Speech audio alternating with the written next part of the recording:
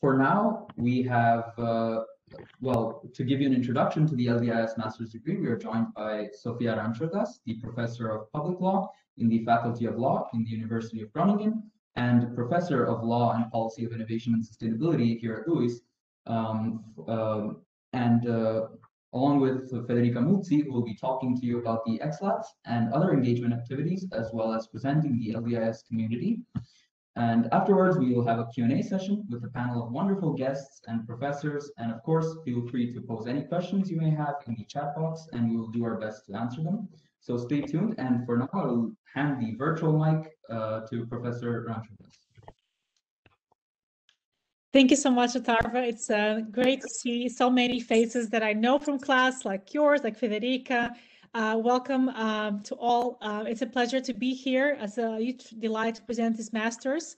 The master's on law and innovation and sustainability is probably one of the most innovative masters in Europe, in the area. Probably in the world, I haven't seen anyone that competes with that. And we have a wonderful presentation that Federica will show now. If the LUIS, sorry, Professor, if the LUIS office can allow me to share my screen, I will share my screen with the presentation. Thank you very much, and sorry.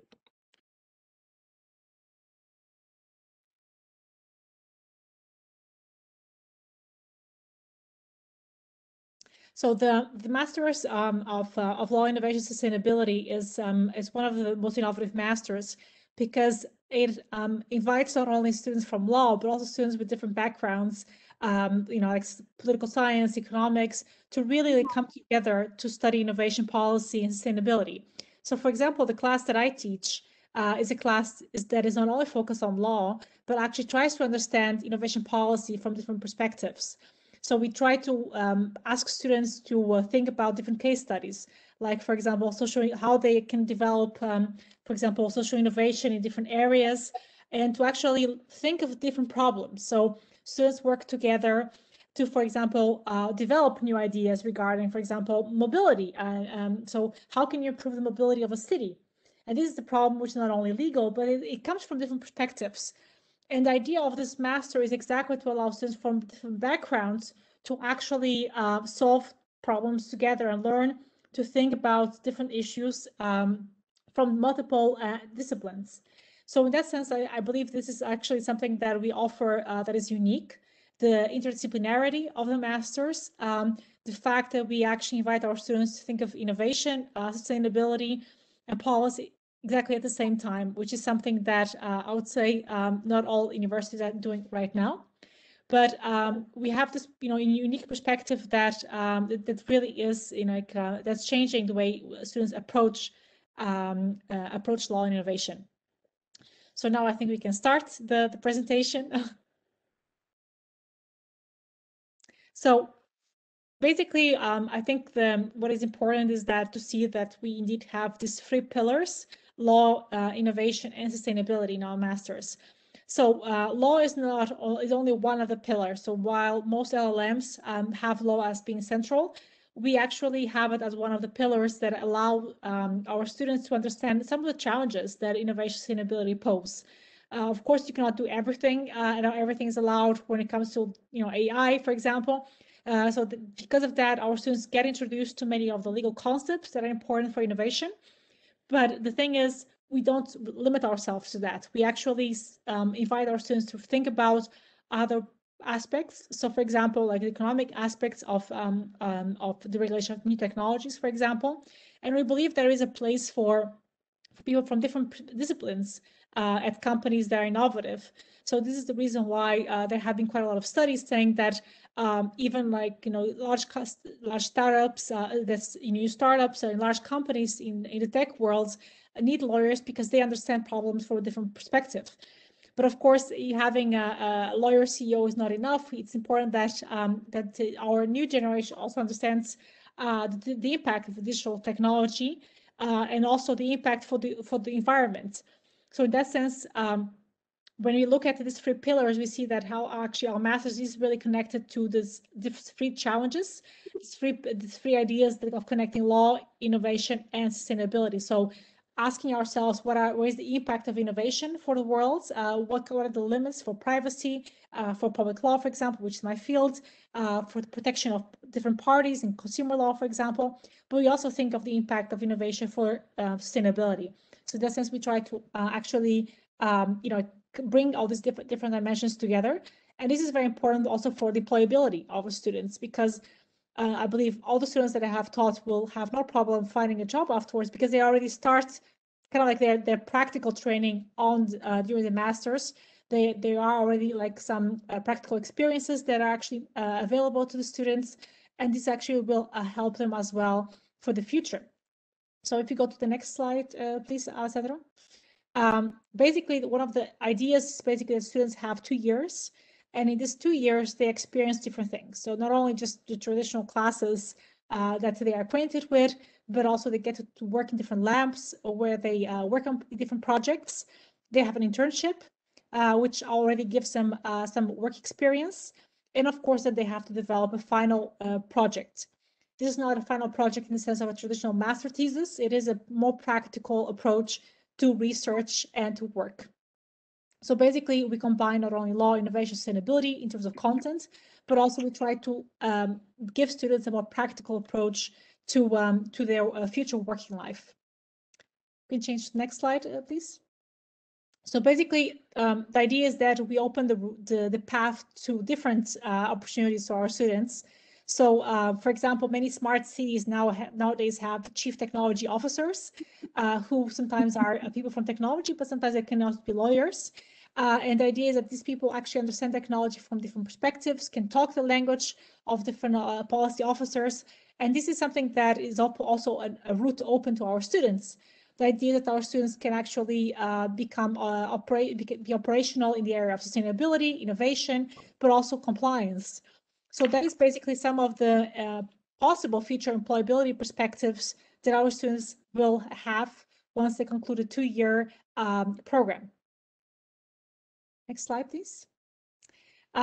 Basically, we have the idea that our master has and tries to pioneer is to have not only an inquiry-based activity, an approach to development of skills of our students, but also to apply the skills.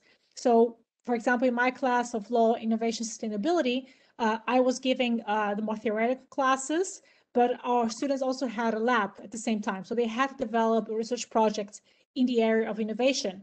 So while I was teaching something on, for example, what are the key pillars of social innovation, how does a social entrepreneurship come into being, at the same time, they were exploring how to develop a social entrepreneurship on the side in the lab.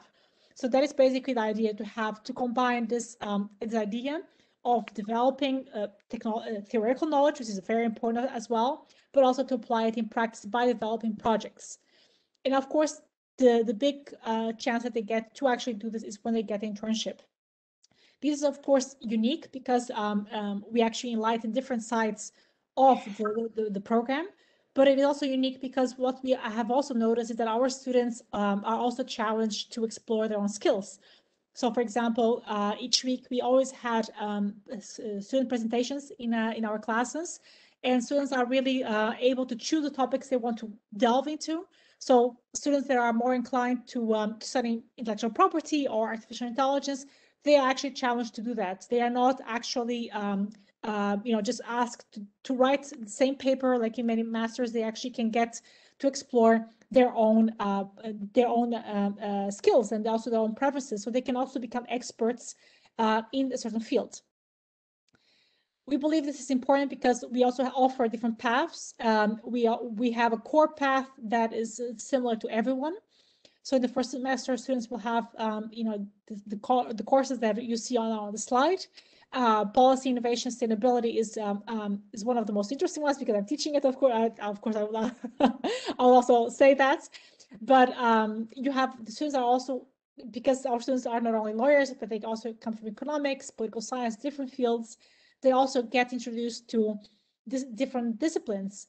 So besides having introduction to law and policy in the first course, they also get to know more about ethics, which is super important for AI, for example. But also they also get introduced to the economics of innovation, which is crucial to advise, for example, governments, but also companies. and they also get a course on digital transformation. The second semester gives them a little bit more of insights into law and other fields. And then they actually get to explore different areas of law that can be important for future career and compliance, but also to understand, for example, if they, when it comes to innovation, for example, how to apply for a patent, how to apply for copyright, how to protect copyright, for example, because these are essential elements of any, future chief technology officer, chief policy officer. There are different dimensions. They are more legal. This is basically, the core. There are different elective courses. So basically students are able to draft their own path to choose whatever they want. If they prefer to become specialized in smart cities, they can do so. But there is a panoply of courses that they actually can choose from, which means that basically our students can specialize in different areas. So for example, if they like the public sector, they can choose, for example, smart cities or climate justice. But if they feel that their future path is more in the pharma world or the tech world, they can also choose to become specialized in healthcare, for example. So in that sense, there is plenty to choose from. And I believe in that sense, our students are quite privileged to actually have the chance to explore these different paths. So I'll finish just by mentioning some of the most attractive elements, I would say, for also for our future students this year. We have partnerships with different scholars that allows us to offer scholarships and studentships to our students.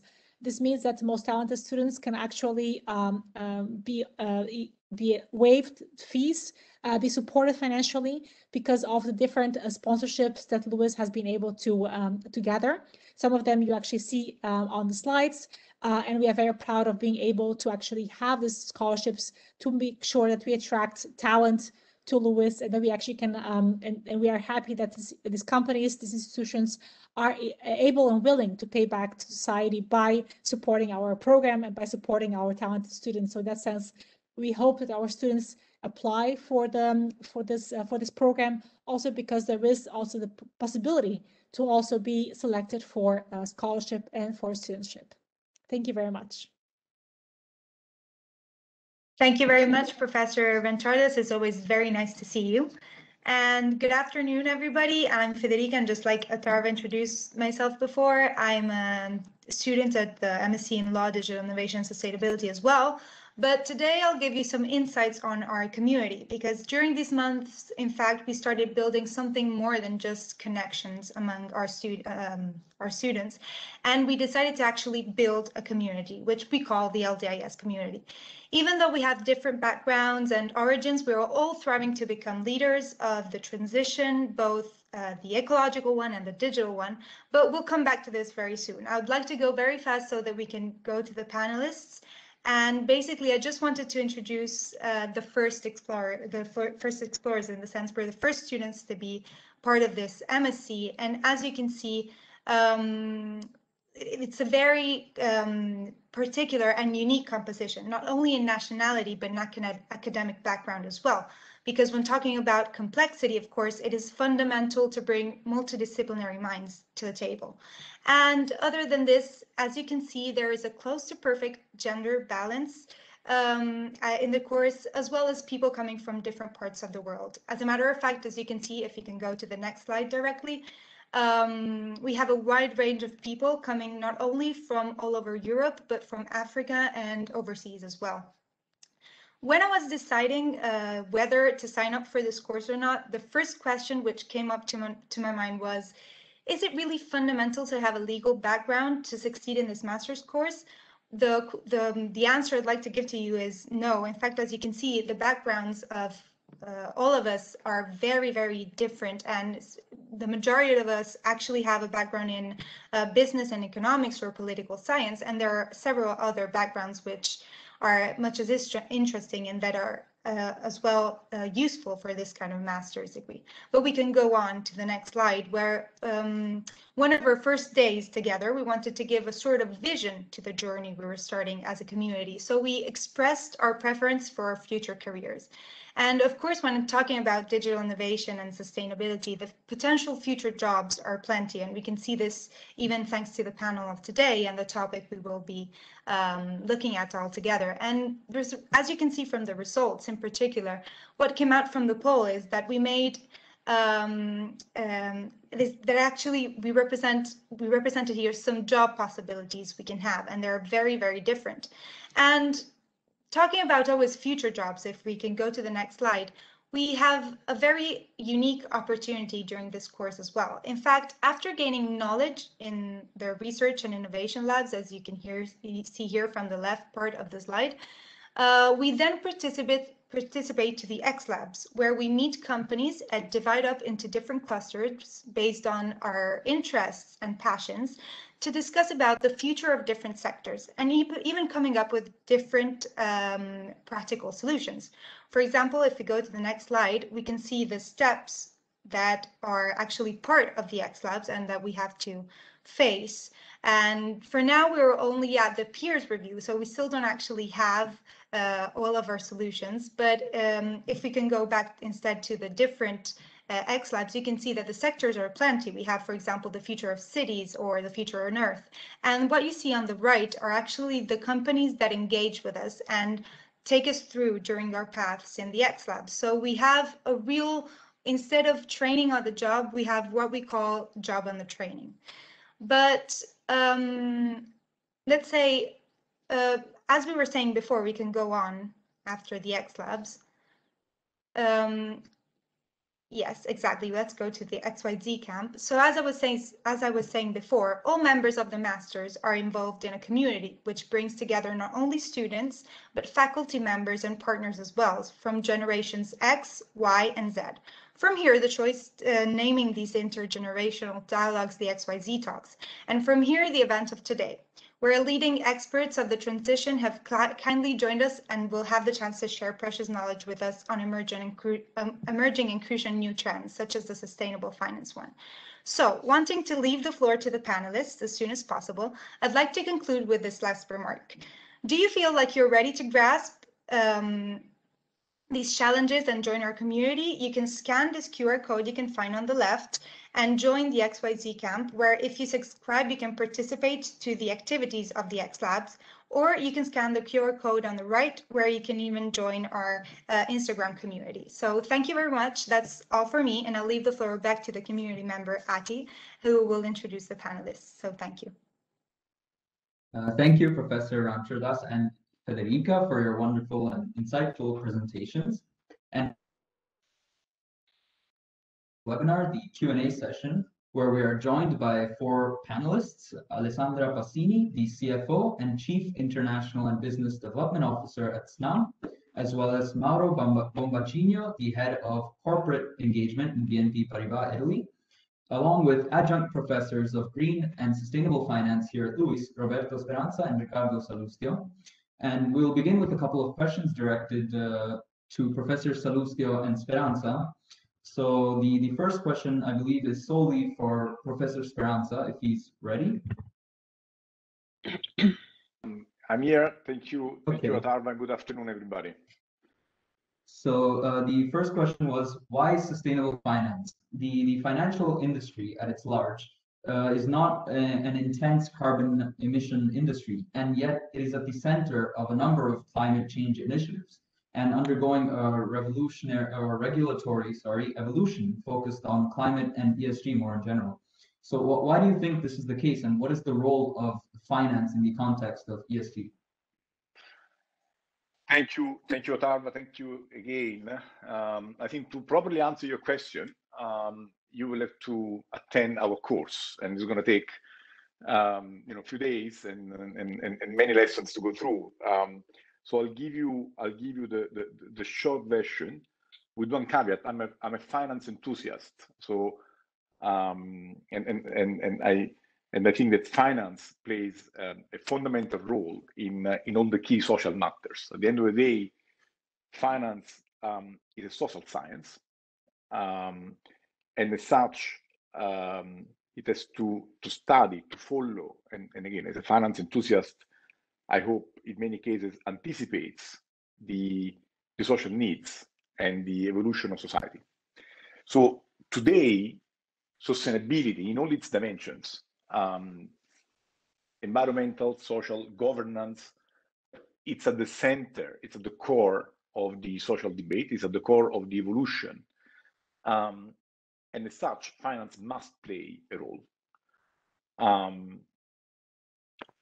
Why and how? So this big transformation that we are undergoing is actually will require what we call, and I work for BlackRock as an asset management, we call it a tectonic shift of capital. It will require a reallocation of capital from one sector to another, from certain jobs to other, allowing industries to change their production and business models, which is unprecedented. We really believe that this reallocation of capital is going to be one of the biggest, the largest of our age. And so finance not only has a role to play, finance has a huge responsibility because it has to create the tools to facilitate this reallocation of capital. It has to create the funding and actually make sure that the capital is allocated in an efficient way, in the right way to facilitate this change. It has to support all of the companies that need to undergo this change. And frankly, again, it has to create the right level of encouragement, moral suasion for this to happen. So maybe more from a more pragmatic or practical perspective, I'll give you 3 examples, looking at 3 of the many players in the finance industry, and then I will actually invite both Mauro and Alessandra to chip in from their own perspective. If you look at banks, traditionally banks play a social role, which is, they're part of the chain of transmission of policies, from whether it's monetary policies, fiscal policies, or in this case, the overarching ESG policies. And yes, you may argue that banks per se are not intense carbon emission companies, but yet if you look at the portfolios of companies to whom banks lend, that's where we need to focus. And so banks today are busy measuring the level of transition risk that they're harboring in their corporate loan portfolios, the level of physical risk that these companies have. They're working with their companies to agree how these companies will change over time so that the overall risk that the portfolio of lending of a bank has will change and potentially will align to a net zero path if this bank, as many have already signed up to the Paris Agreement. And this will eventually means to change their lending policies, their underwriting criteria, their pricing methodologies, their risk systems, their monitoring system. And so banks have an incredible investment to make, and they will play a very important role to accompany all of their customers, all of their companies who want to undergo the change to do so. Or let's look at the investment industry, asset managers, private equity, pension funds, insurance companies. If we believe, and I certainly believe, that sustainability, the transition, the change into sustainability will require the massive reallocation of capital I mentioned earlier, well, then it's an investment opportunity. The investment industry has a great responsibility of identifying the investments to understand what are the industries that will suffer the most, what are the winners, to create investment products for investors, for savers, and once again, to measure and to monitor. And that again requires an incredible investment. And then finally, if you look at all of the other players, looking at banks and more specifically finance companies, but if you look at the industry, and Alessandra here is a representative, a great representative of industry in Italy, well, it requires investment. And this is the basis of corporate finance. Once you have an investment decision, then there is immediately another decision: how do I finance it? And so companies like Lesnam are very busy understanding what is the industrial change they want to do and how they're going to finance it. And so for all of these reasons, I believe finance is going to be at the center of these. And we as financial professionals have a great responsibility. Back to you, Adalbert. Okay, thank you very much. And it was quite a thought-provoking and informative answer, and which is why I'm so curious to ask you the next question, both to you and Professor Salustio. I wanted to ask, well, why is the course on green and sustainable finance so important to us, and what would be the added value that this course could bring to us students?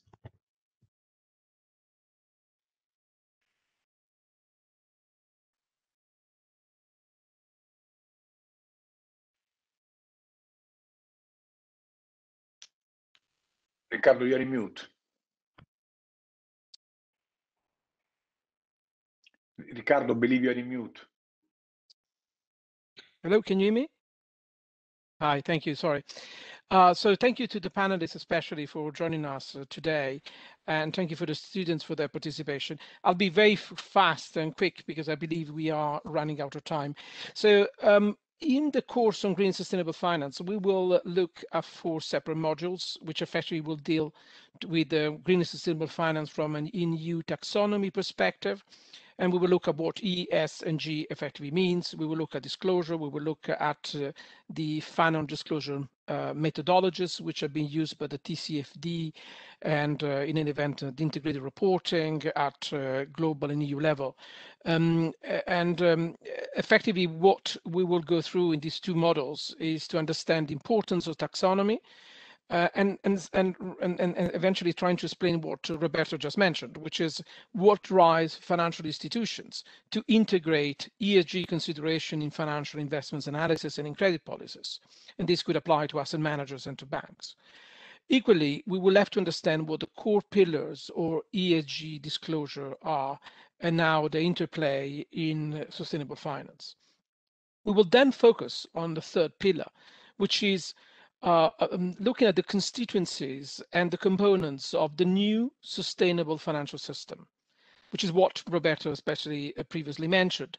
And we will see what's the impact of the Sustainable Development Goals on the various principles that at global level policymakers are setting on corporates seeking to access equity and debt markets. We will look at the impact that this has on corporate governance and the role of stakeholders, shareholders, and activists.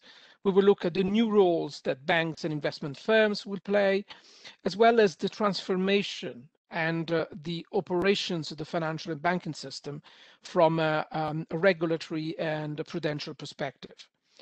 Finally, we will look at products. We will look at how banks will eventually, and finance firm will have to change their approach to products, and based on what is the teaching approach of these masters, we will look and set up design labs focus on products. So we will look at different case studies, which could go from climate bond initiative, rated green bonds, to social impact equity investments applying IFC or EBRD standards. We look at transition bonds in line with the ICMA principle or sustainable linked finance in accordance with the LMA principles. And we will have experts, and we will have guests. We will have bankers. We will have experts in transition issues and stranded assets. We will have verifiers of green bonds, issuers and borrowers, policymakers, and regulators from a number of institutions, both at national and European level. So what is expected from students is that they will play a critical role in this case studies. They will have to assume the role of the various players. You could act as a lawyer, as an issuer, as a borrower, as a verifier, as a rating agency, as a policymaker, as a regulator, as a banker.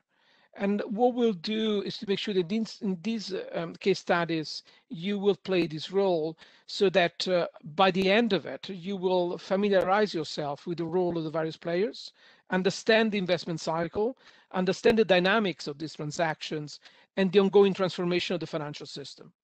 I hope that those aspects and the way we structure it will eventually help you to master eventually the principle of green and sustainable finance and understand how, as a professional in this field, you can actively and effectively help by using finance to bring emissions to zero, enable a just transition, and improve corporates and society.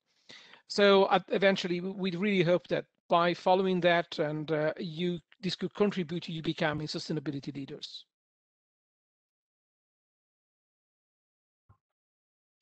Thank you very much, Professor Salustio. And I think on behalf of my classmates, I can say that this field of study seems quite interesting, and I'm sure many of us will be eager to begin in the upcoming fall semester. But for now, I leave the floor back to you, professors, so you can pose some questions to our honorable guests who have joined us today. Yes, thank you. I wish to pose a question to Alessandra Pasini. Alessandra, your company is into gas and hydrogen, and these were the primordial elements which gave rise to the first galaxies. So clearly, you have an important role because these resources have been entrusted to you, and you have to use them wisely, obviously, while at the same time you have the role of preserving the planet's future. Now, interestingly, the SNAM bylaws were amended last February and to reflect a new purpose, which is pretty unique in the Italian in the Italian corporate world. We said energy to inspire the world, and you know the bylaws clarified saying of pursuing sustainable success through the creation of long-term value and for the benefit of shareholders after taking into account the interest of other stakeholders of the company, which is also in line with the Borsa Italiana Code of Corporate Governance. What I want to ask you is, what's the importance of corporate purpose and of this new aim, where actually not only shareholders but actually stakeholders are recognized? And the second question is, how did investors react to this significant change? Thank you, Riccardo, and good afternoon, everybody. It's a pleasure to be here, and I think if I was in your shoes, I would be very excited to begin with this course because it's very topical, but it's also very up to date with a number of things that we as a corporate have been living through over the past 3-4 years and executing on. So indeed, this I think will leave a heritage which is going to be very valuable for all of you in this 2-year program. Going back to your question, I think that it is new that it's been inserted in our bylaws. It is not new, the purpose. We had that corporate purpose discussed and agreed among us as a management team already for the past 4 years. We actually had it on our business cards. If you turn it on the back, we had that energy to inspire the world since quite some time. And being an energy company at a point in time where energy is so crucial to drive a sustainable planet and is going to be key to achieve net zero is what actually led us to think about how we can bring our competence and capabilities and make it make it relevant for the planet. Ultimately, purpose defines what a company core reason for being is, taking into account the impact that it has in the world in which it operates. So if we just need to go back to basic, it's not just about profit. That's one consequence of how companies operate, but the corporate purpose is one of the most important things, and is one that actually orientates and drives definition of strategy and adaptation over time of strategy, depending on where the world needs to go, but at the same time also drives inspiration by whoever works at this company, because there is a very common goal, which may sound as either holistic or bold, but it goes back to what is our objective. And the fact that it's so relevant and so modern is in a way confirmed by the fact that is the consequence of putting together and crossing on one side what our talents are, so our core capabilities, which is building and managing sustainable energy infrastructure, and having a clear vision of where the energy environment is going to go with what the world is increasingly in need for, which is a cleaner energy to support whatever we do. We have been therefore taking this decision, which is, yes, fairly unique, to update our bylaws, which were 20 years old. They were still talking about hydrocarbons as the purpose of the company, and making it to a sustainable perspective, and embedding into this not just the E part of the ESG world, but the ESG as a whole, because that's the other element that we actually that we did when we amended our bylaws. I think that this change, together with our commitment announced last November to become net zero by 2040, is what made the reaction by the investors and the community very positive for effectively three reasons. One, ultimately, our investors are typically long-term investors, and so they are very focused on what happens 2040, 2050, because when I do make an investment decision on an infrastructure, I know that I need to go through 50 years of utilization of that infrastructure. Second, there is a very strong growing interest by investors and stakeholders around ESG. Unfortunately, there is not a lot of consistency, and I'm sure we will talk about it later on. Each asset manager, banks, credit agencies, you name it, comes with his own KPIs or how they value and measure whether a company is performing well, less well. We need to fix this, because you can only drive the commitment by the market toward the right goal if there is more consistency on language. And last, because the pandemic has clearly exacerbated the need for being good corporate citizens versus the world we had before the pandemic. Thank you, Alessandro. I have a question for Mauro. There is a lot of focus and pressure on banks doing their part to enable the realization of the Sustainable Development Goals under the Agenda 2030 and the net zero by 2050. Your bank recently signed a principle for responsible banking and the collective commitment to climate action. And you committed to align your portfolio, your banking portfolio, to reflect and finance low carbon, climate resilient economy required to limit global warming to well below 2 degrees and striving for 1.5 degrees. Now, why are banks so important in this exercise? And now banks are getting ready, and how you're getting ready? So thank you for this question, and welcome to everybody around this virtual table, and congratulations on your curve, first of all. Yes, actually, what we usually face is the fact that initially when we talk to clients, corporate institutions, someone is to a certain extent curious to know why a bank is talking about sustainability. But actually, as long as we discuss it, we come to the points that Roberto just mentioned before. So the centrality of finance in this path to sustainability. Actually, it's not only a matter of signing, and we proudly are not only those who have signed this principle, but we are actively driving and suggesting solutions for this activity. We feel certainly a responsibility as a financial institution, which is central to this transition to a low carbon future and more nature, generally, not only climate related, but nature related solutions. The role of the bank has been clearly stated before, and I could agree more on the fact that as a peculiar role in the society, it has and it wants to drive the financial resources necessary to fund the capex needed to transition. And they have, and we have as a financial institution, an important, very important role, not only to grant a long-term solution as a bank for the long-term survival. It's just mentioned the purpose, the company purpose. I couldn't agree more.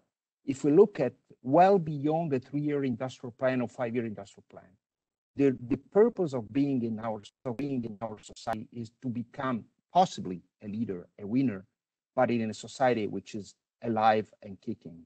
We are not interested. There are no, as our CEO always says, there are no winners in a world that's losing. So our main interest as a private financial institution is to make the world better, not only for social, legitimate reasons, but also because, of course, we want to live and prosper, all of us, and our saving the people who place their savings with us prosper in the long-term future. This goes to a new dialogue, brand new dialogue with all the asset managers that have, by design, a very long-term view. If you look at pension funds, if you look at insurance companies, if you look at asset managers, no one is interested really in having a short-term view, but to take a stance on the longer-term trends that are affecting our society.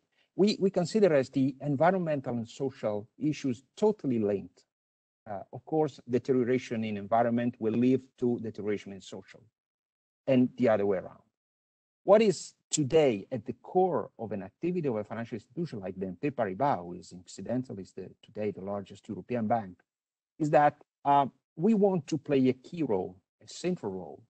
And for this reason, for this specific reason, we want to do things like any other player. And I couldn't agree more with the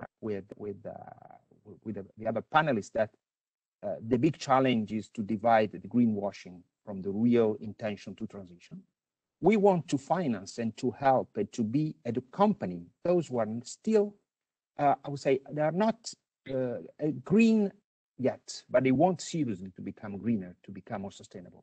So we are not looking only at the champions who are already well-performing today, but we are also looking at those companies, at those clients, at those counterparts who are seriously willing to transition. And there's a lot of existing and new financial products we can put on the table. Some of them are existing products that can be redesigned to accommodate new needs. Others are brand new products. And our role is to identify, and I go back to one of the scope of your course, to have a truly genuine, agile approach to new needs. So there's no the sole expert who within a room thinks about a solution. There's an interaction, a growing interaction among different expertise, different entities to find a complex solution like it is needed today. This brings me to put again on this table another concept I care much about. Sustainability is bringing our world to think differently, totally different from the past. Agility and discussions, interaction with totally different industries is at the core of solution. If we want to use an example, find solution for cities, for big cities in the future, there's no magic within just one industry. We have to have a dialogue with energy companies, with software companies, with telecom companies, with car producers, with the public administration. Everyone around the table should bring his own expertise to find a common solution, a shared solution, who has no one-stop shop solution. There's just the interaction in an agile way with different expertise. And this is what your students, your colleagues, need to develop more in the future. Okay, we're talking about law, but we're talking about sustainability. Sustainability has so many angles to tackle that will need possibly different professionalism. It's a new world and will deeply affect the future of all. To be provocative, let me throw this on the table. We should seriously think if the future generation of decision makers are those who have developed their own entire career in a sole industry, or rather they are someone who developed different views, different optics, different ways of thinking and ways of acting in the future to become the top managers of the future. This is what we claim to be the centrality of the financial institutions. Thank you, Mauro. Thanks a lot. Alessandra, talking about champions, as member of the CFO task force for the Sustainable Development Goals, you assigned the CFO principles on integrated SDG investments and finance, whose goal is to engage the community of CFOs to align corporate investments and finance with the SDGs. And you've been one of the fortunate, I believe the only 20 or so on the planet who actually are committed to that. Can you give us some examples on how you're working on the implementation of these principles? Yeah, first of all, why this was important? Well, because CFOs ultimately are those that within companies give their contribution in terms of capital allocation choices or capital investment decisions. So we wanted to actually put at the core center of the decision that corporates do, or banks for what is worth, the focus on sustainability and SDGs, because otherwise it's like talking two different languages where you have a lot of narrative, but then actions are not necessarily near term very correlated. So that was the fundamental first objective, and the second was trying to create consistency, as there are a number of participants from asset managers, banks, rating agencies, not just corporates. What we are doing is very simple. We have defined a number of principles, trying to work on what the colleague mentioned, fight against greenwashing, and trying to work on KPIs that actually push companies wherever they work in terms of sectors to do the maximum they can to become more sustainable in their production cycle and in their products. It's too easy to just focus on people that are in the renewable space or are in industries that are sustainable by default.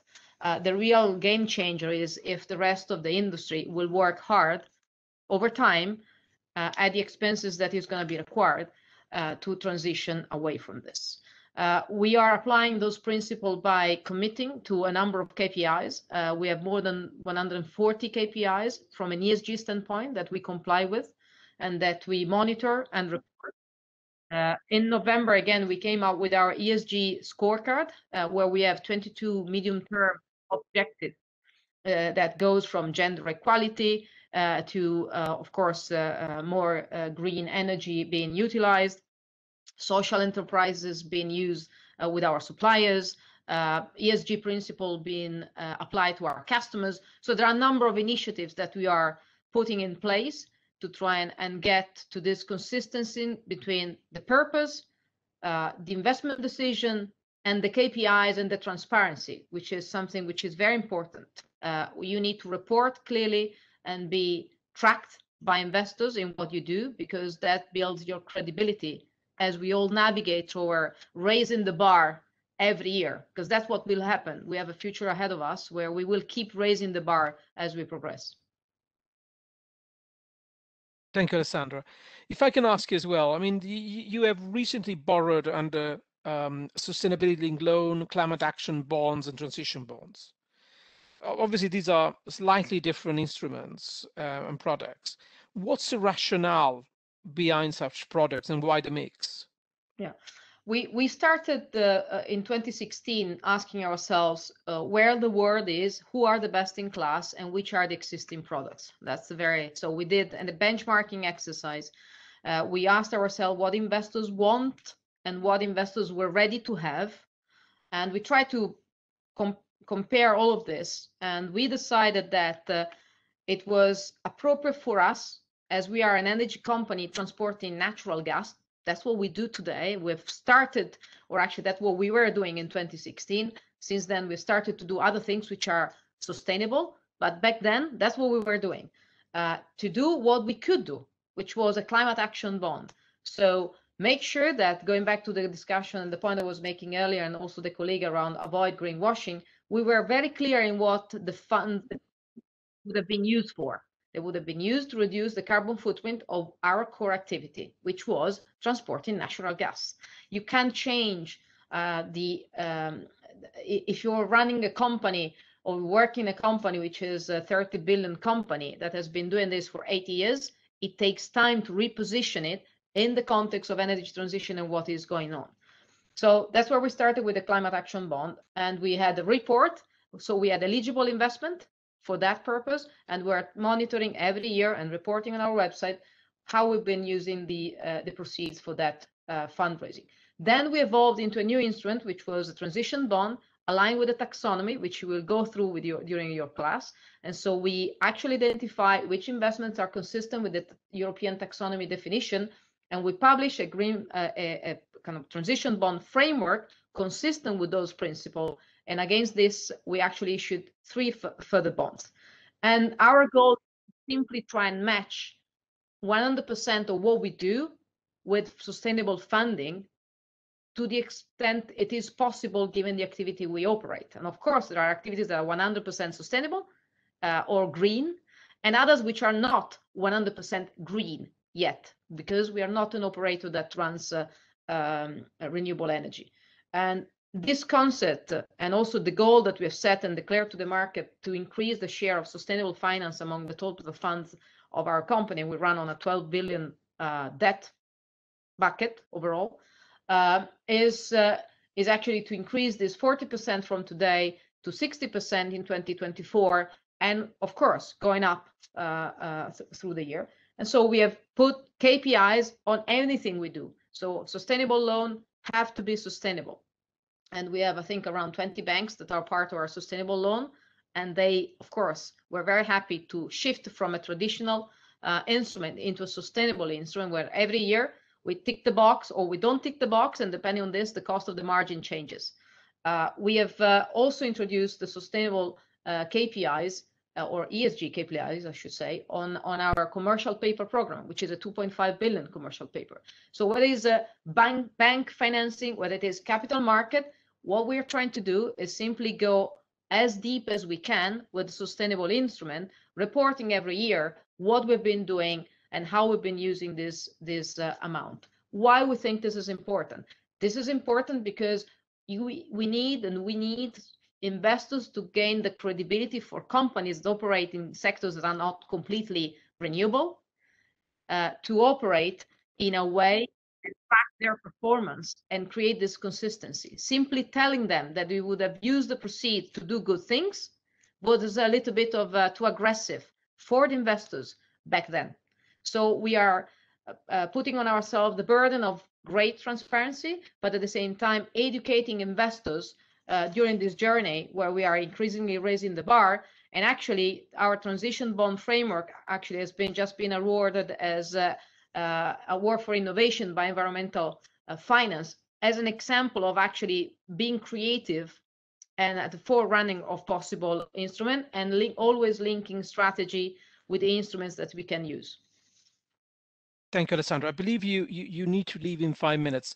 Right. I would ask Ati to ask you a question, and then we can continue with Mauro and Roberto.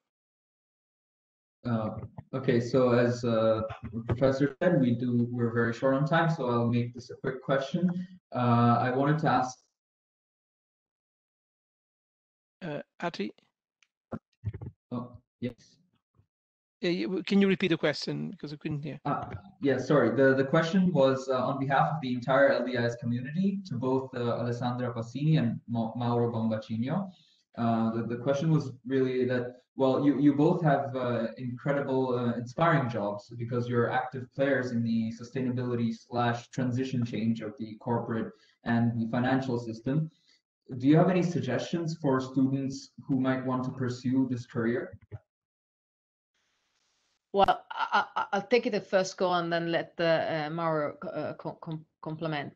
I think that working in the energy space at this point in time is probably one of the most exciting environment that we go through, because you can see you are tasked to look at 20, 40 years or even 30 years out from now. You're tasked with understanding which technologies will actually need to be activated to achieve net zero.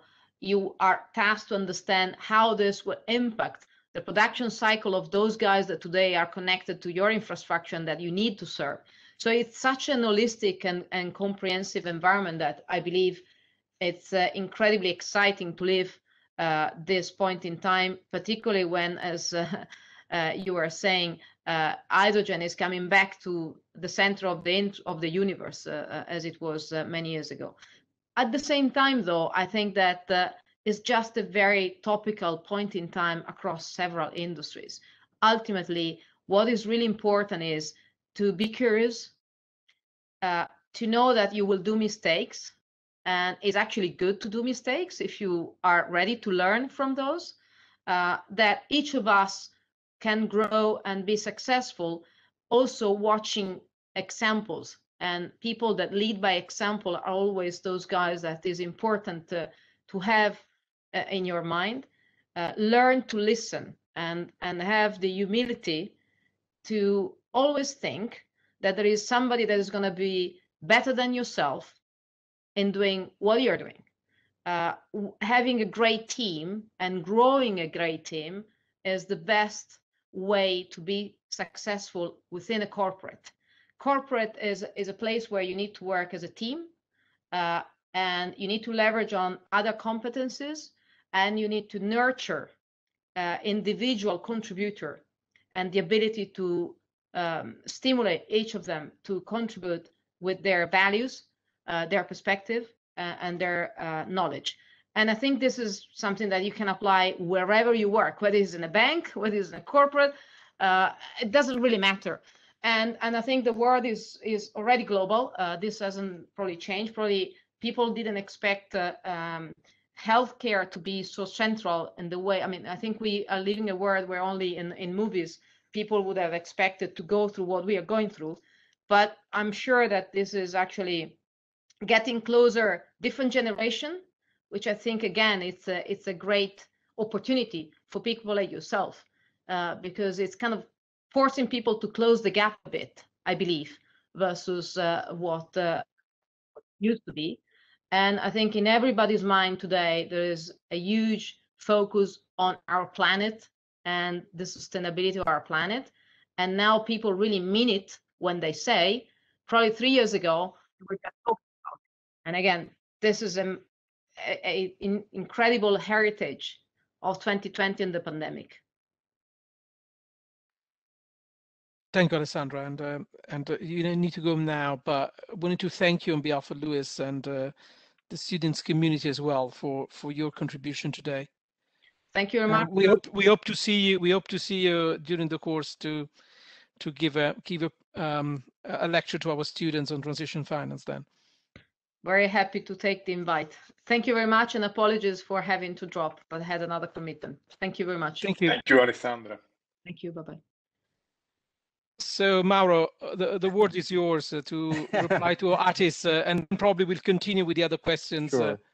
Sure. Well, it's difficult to speak after Alessandra. She said everything I would have loved to say, but I would complement it by adding a couple of things.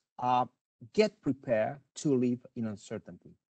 So the speed of change is so increased, and it will not slow down in the future, that you have to be flexible enough not to consider what you've done as a proxy of what you will do in the future. So keep learning throughout your life, play a team role, as Alessandra was correctly saying.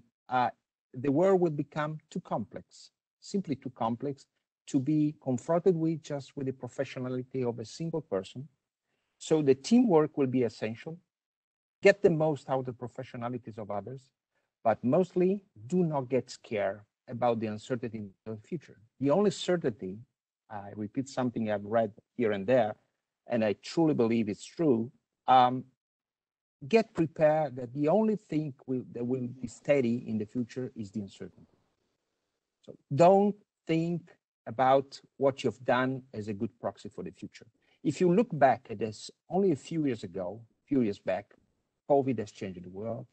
The sensitivity on sustainability and on social is totally changed since, well, I would say 5 years now, and it will change again. Technology will deeply affect the reaching or not reaching of the sustainability goals. Artificial intelligence, new technologies, everything will play a role in increasing the speed of change. It doesn't matter at the end of the day from which point you enter an organization. Then you're in, and then you have to learn from your neighbors, from the person you're dealing with, from the person you work with and you work for. Be consistent in your behavior, be consistent in your curiosity, and be consistent on the fact that you are prepared to change everything. We strongly believe, and will make one of the pillars of our future industrial plan about agility, in which a problem or an opportunity most is tackled from different angles in a truly team spirit, and that will be the rule of the game in the future. Thank you, Mauro.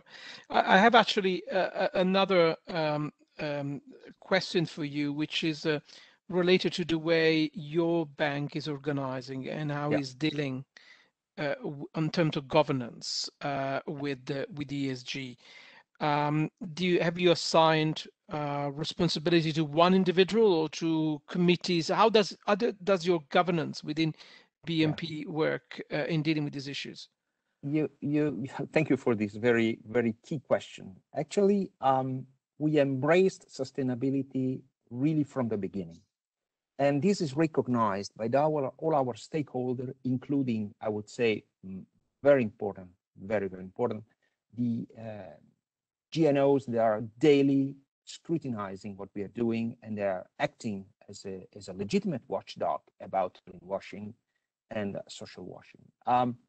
What we do is to deeply change the way we are confronted with social and environmental issues. First of all, we have created this beautiful setup, which is named engagement. I am honored to be part with in Italy, which is not only and is well beyond the traditional CSR. So we are not just taking care and reporting on what we have done, but we are willing to deeply affect the strategy of the bank, investment strategy of the bank. We are part, my boss in Paris is part of the executive committee of the bank. That means that it is totally a deep change, is part of the table in which strategic decisions are taken. And decisions are taken also in consideration of what the impact of sustainability will be. Because we not only have to report to the shareholders, which is totally legitimate, we have a large stakeholder panel, very large, that goes from clients to our savings depositors, employees.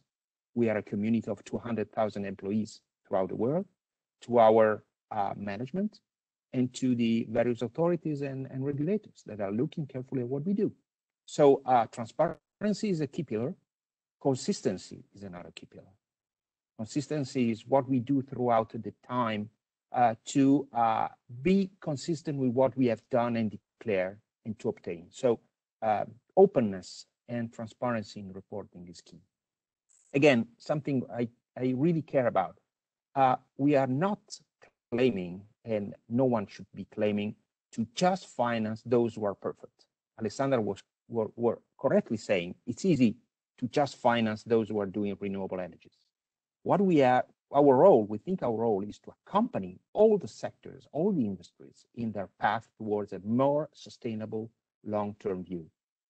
And no one can claim to be out of this game, from large multinationals to investors, but also what is the Italian big part of enterprises, smaller enterprises, very technological, but smaller, who are by chance part of a supply chain of a big multinational that has pressure to become more sustainable and is putting pressure on the entire supply chain and value chain. So again, it's key that whoever wants to have a role should be deeply convinced of that and put his professionality into this game. Another angle which I think is key in developing governance is to have our total compensation partly linked to sustainable KPIs. So the top management of BNP Paribas and the Italian activities as well are in part linked to the fact that the banks reaches sustainable KPIs. This is another proof that we are serious in that. And you might imagine the attention we put whenever those KPIs are used also to calculate our yearly compensation. Thank you, Mauro. And we hope to see you as well in autumn to join us for a lecture or presentation on governance and other issues of interest to the bank, and to contribute on the discussion that we will have with students on the transformation of the banking system. And thank you very much. I with great pleasure accept your invitation to share the beauty of this beautiful sustainability work. Thank you. I'll leave Ati to make the final remarks. So thank you very much for your advice and insights on behalf of the XYZ the LDIS and XYZ community are eager to work with you towards a sustainable future. And additionally, I would like to extend our gratitude to all our panelists and attendees once again for making this webinar possible. And I think many of us have a lot to take away from it. And essentially, as different generations, we have to all come together and work towards a better future. That I would like to conclude in this way. And if we do not have any questions from the audience, we will end the webinar. And if there are any questions, please feel free to email ldis@luis.it for any clarifications. Thank you. Thank you very much. Have a good evening. Thank you. Thank you, everybody. We enjoyed.